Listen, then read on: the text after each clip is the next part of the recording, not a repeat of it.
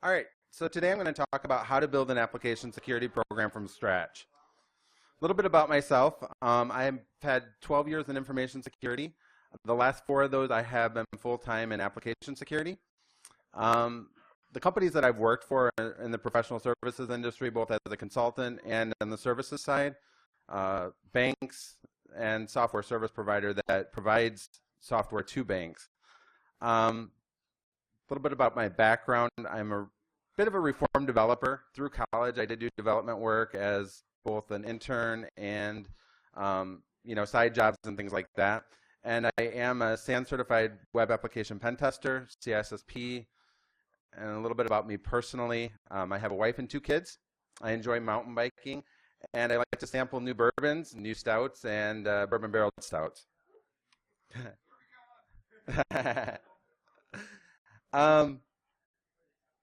To go into some statistics about the importance of application security and how it really isn't being given the attention it deserves, I found some statistics that were taken by the Ponemon Institute.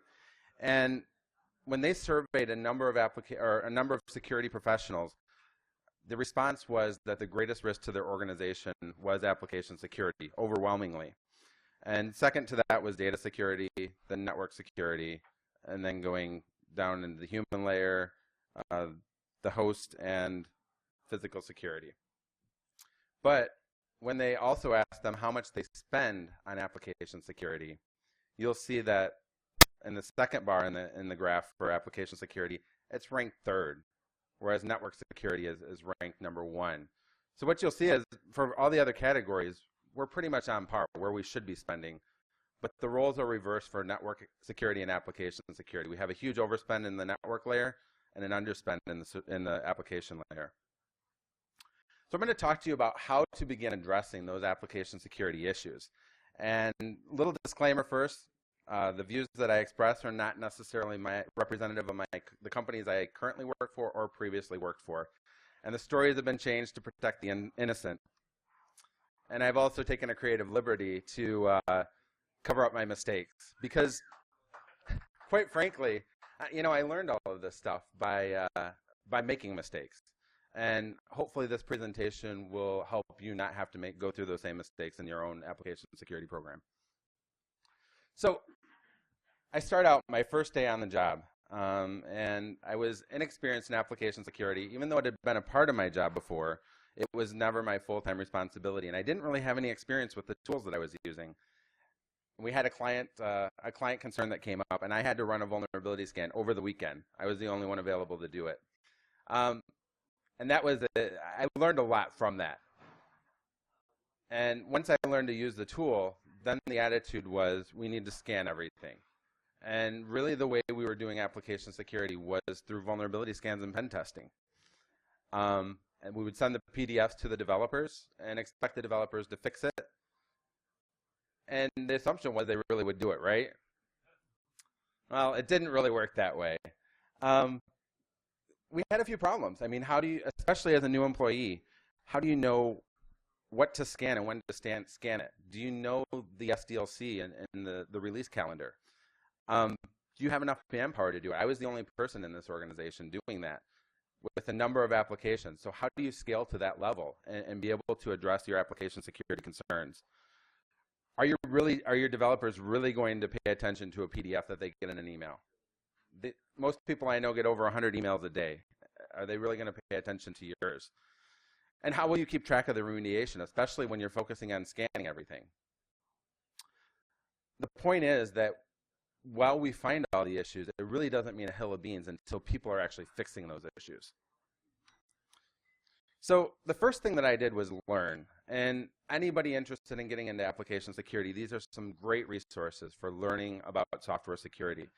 When I left my job to take on this responsibility in application security, one of the guys on the application security team gave me the OAuth software assurance maturity model. And that really gives you all of the elements that you want in your application security program. And it's a great place to start. To get more in depth, there's a book called Software Security, Building Security In by Gary McGraw. And it's a really good reference for how to deal with developers and how to integrate yourself into the SDLC. And from a technical standpoint, how do you attack an application? The Web Application Hacker's Handbook is second to none, and I think most people who don't really even have a background in application security can begin with this book and learn from the ground up how to attack an application, and it really covers pretty much everything. So going into building an application security program, we have to start with the process, and that's not the sexy part of security. Most people want to attack, but we have to have a process in order to make sure that we're really addressing the issues. So we need to start out with an application inventory, and especially going new into this organization, I didn't know what the applications were. And all subsequent steps are based on understanding all the applications in your environment. If you use a GRC tool like RSAM or Archer, that's pretty much the basis for how they track risk oftentimes, or at least how most organizations design it. So how do you build an application inventory?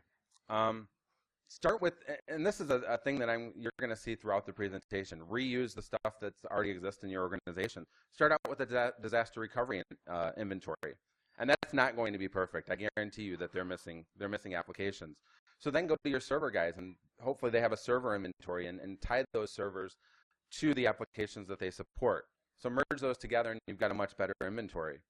And then even after that, go to your business or IT owners for those systems and give them the list of applications that you show that they own, and have them look at it. Number one, they're probably going to come up with other applications, maybe new applications that are under development for you to add to it. And the other thing is they're going to find applications that have already been sunset. So then you can go back to your IT organization, make sure that the hardware has been decommissioned, and cross it off your list so you don't have to worry about it anymore. Make sure you include all types of applications, COTS applications, in-house developed, bespoke or contractor developed applications. And note those as such in your inventory, because you're going to have to address those risks in very different ways. You can't run a source code analysis against a COTS application. It's really hard to do that. So you have to treat them differently. There are tools that you can do static analysis on, and then we need to start prioritizing our resources. So like I talked about before, I don't know of any IT organization or security organization that has enough people, has enough money. So where do you focus that effort? And how do you focus your controls? You probably don't necessarily want to encrypt the database of a brochureware site, but you have to for any PCI applications. So how do you prioritize how those controls get implemented on your applications? And what I've done is doing a risk scorecard or a business impact analysis, and making a short 20-question multiple choice questionnaire for the business owner to go through. And it's going to address the three legs of security: the confidentiality, what data fields are included in that application, does it have intellectual property, does it have PII, financial, employment information, those sorts of things. Does it have an integrity impact? If you've got an application that's doing financial transactions, somebody's not going to like if their bank account balance was changed, or at least if it was made lower. Branding, your company's website, if that were to be defaced, how would that look on your company? And how would that look on your security program? It would be a real, even though it may not affect your operations, it would be a real embarrassment to your organization. When you're talking about embedded systems, often those control mechanical devices. So any impact on the messages being sent by those embedded systems could have a kinetic impact and cause loss of life. From an availability perspective, look at your, again, go back to your disaster recovery business continuity program and ask them what the recovery time objective is. If you've got an application with a low recovery time objective, it's probably very critical to the organization and going to be something that you want to focus on. Again, we need to look at brand, look at your company's website, and the ability to generate revenue through some of those websites. And the output of that is you should have take your inventory and risk rank all of your applications into 3 to 5 categories: low, medium, and high.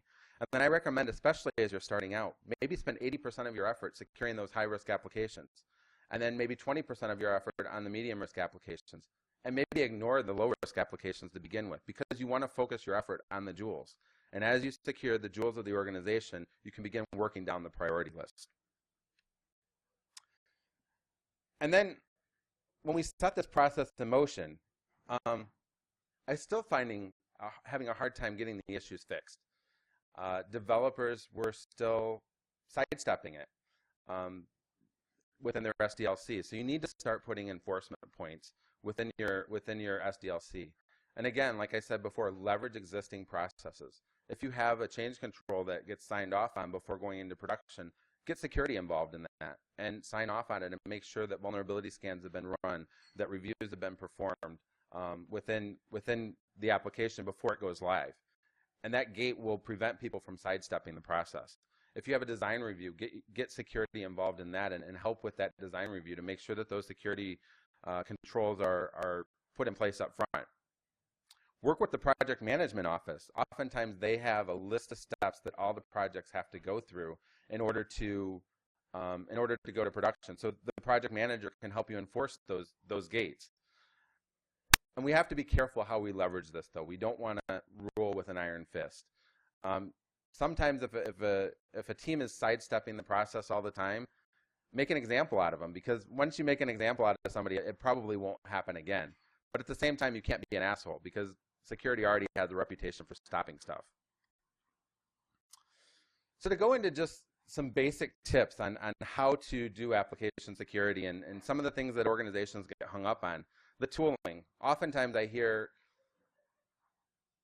that companies choose their vulnerability scanners by doing a bake-off, and which one finds the most vulnerabilities.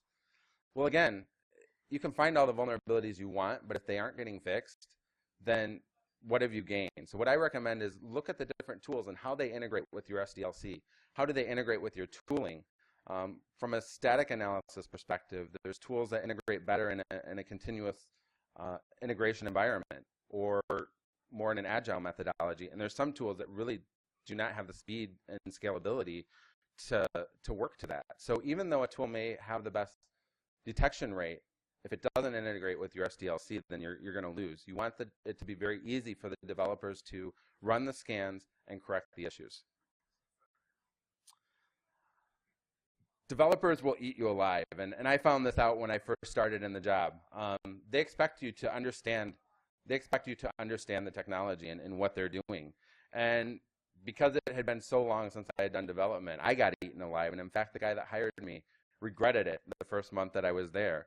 But as you scale up and got back in the saddle, it was easy to. It helped a lot to gain the respect of the developers. And I think because of that, anybody who's dealing with the developers, whether it be your pen testers, your consultants, or your application security team, they need to have an application focus. They need to understand the application. They need to be willing to dig into the code and understand it. One of the examples that I often quote is that there was a developer who said that a SQL injection vulnerability wasn't real.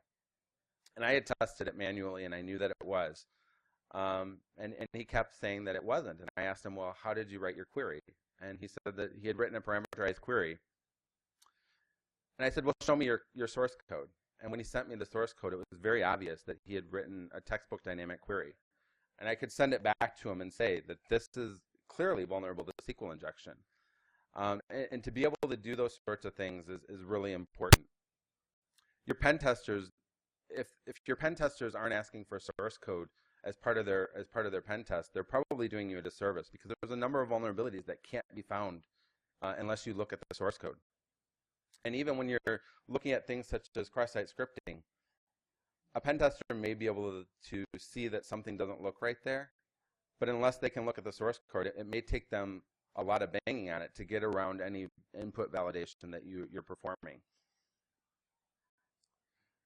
And additionally, when the pen testers find those issues, they need to go back to the developers, help you go back to the developers and fix the issue. And you can send them an OS cheat sheet, but oftentimes the fix that OS recommends may not be able to be implemented into the code. And you have to do some negotiation and find something that will work while still addressing the problem, even though it isn't necessarily a textbook example. We need to take a developer's perspective at things. Even though I said earlier, developers are sharks, they're being preyed on by tigers all the time. And our instinct is to think that our interest is the most important. and that if developers aren't addressing the issues, they're doing it because they hate you or they hate security. The thing is that developers have a number of competing interests. They have their manager telling them they need to do their performance review or set their goals for next year. They have the QA tester telling them that they need to fix a functionality issue that didn't pass QA testing. And most importantly, the biggest tiger of them all is the client asking for more functionality in their applications.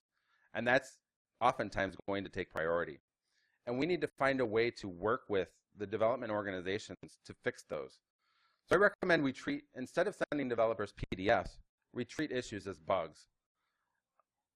If we send an email to the developers, they'll say that they'll fix the issue, but they're not being tracked to fix those issues.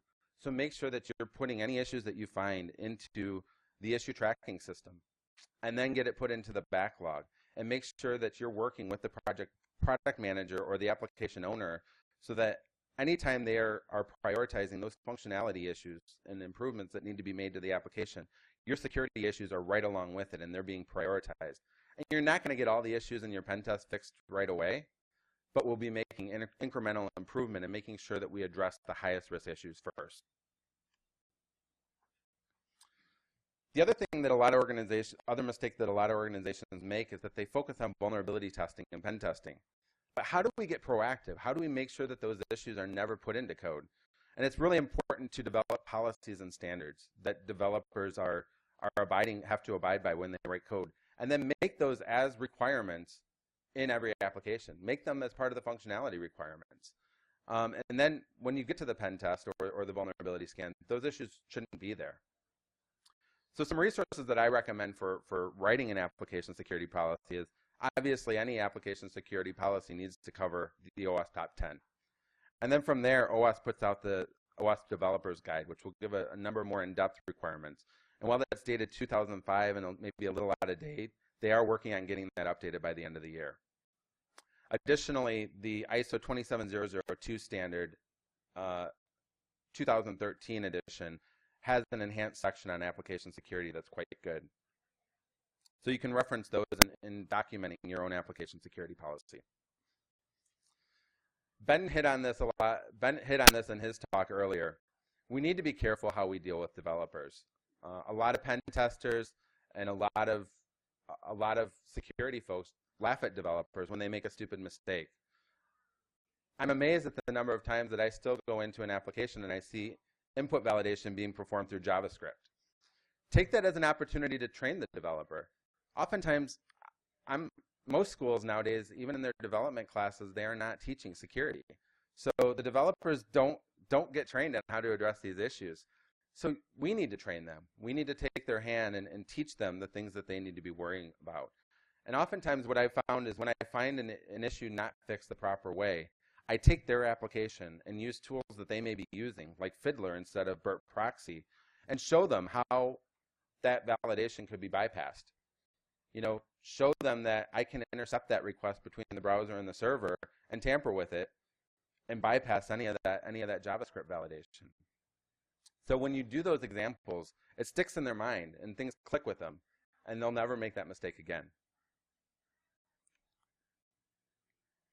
Don't blindly trust your tools or your pen testers.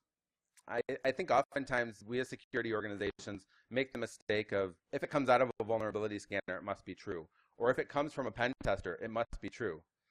We need to second guess all of those cases. And there was a case that I had where a pen tester had found a cross-site scripting vulnerability. And the issue is really unique, and I'm not going to get into the details, but the bottom line was it was going to cost $3 million to fix this issue.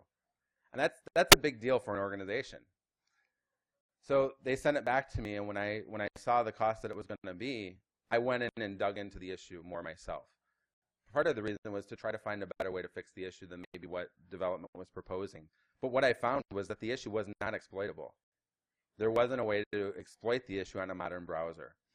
So and I sent it back to the pen tester, and the pen tester agreed with me. But they were just blindly taking things that came, they were working through their interception proxy and found the issue. And with the interception proxy, it was valid. Another case, we had an application that a client required us to pen test the application, and we considered it low risk, so we didn't regularly pen test that app, but because of the client's use of it, it was high risk to them. So we had to pen test the app and send the client a summary report, and came back with more issues than we would like. But by going through and retesting those issues and taking the perspective of our organization and how that application is set up, was able to remove half of the issues that were found by the pen tester. I think, you know, there's a lack of quality in some of the pen testing organizations too. Some of them do a really good job, others not so much. So we really need to question the information that we're getting from our tools and take our developer side, because oftentimes we're taking the side of the pen testers, we're taking the side of security, but take an objective look at the issue and try to understand the app in the context that everything's working in, and second guess our pen testers. So that's pretty much all I have. And here's my contact information. You can reach me on Twitter or email. And do we have a couple minutes for questions? We have a couple minutes for questions if anyone has any. Yeah.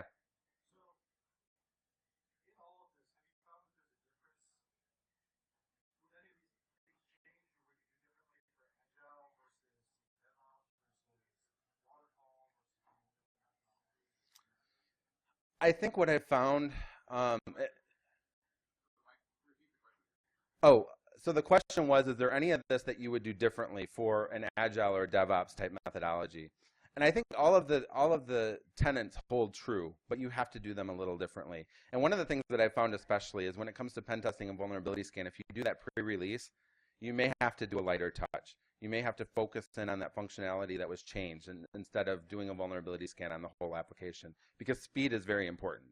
And a lot of the vulnerability testers and things like that, you can't turn a test around for a large application in 2 days. So you just have to focus in or do a light touch just looking for high-risk applications. Any other questions? All right, well, thank you all.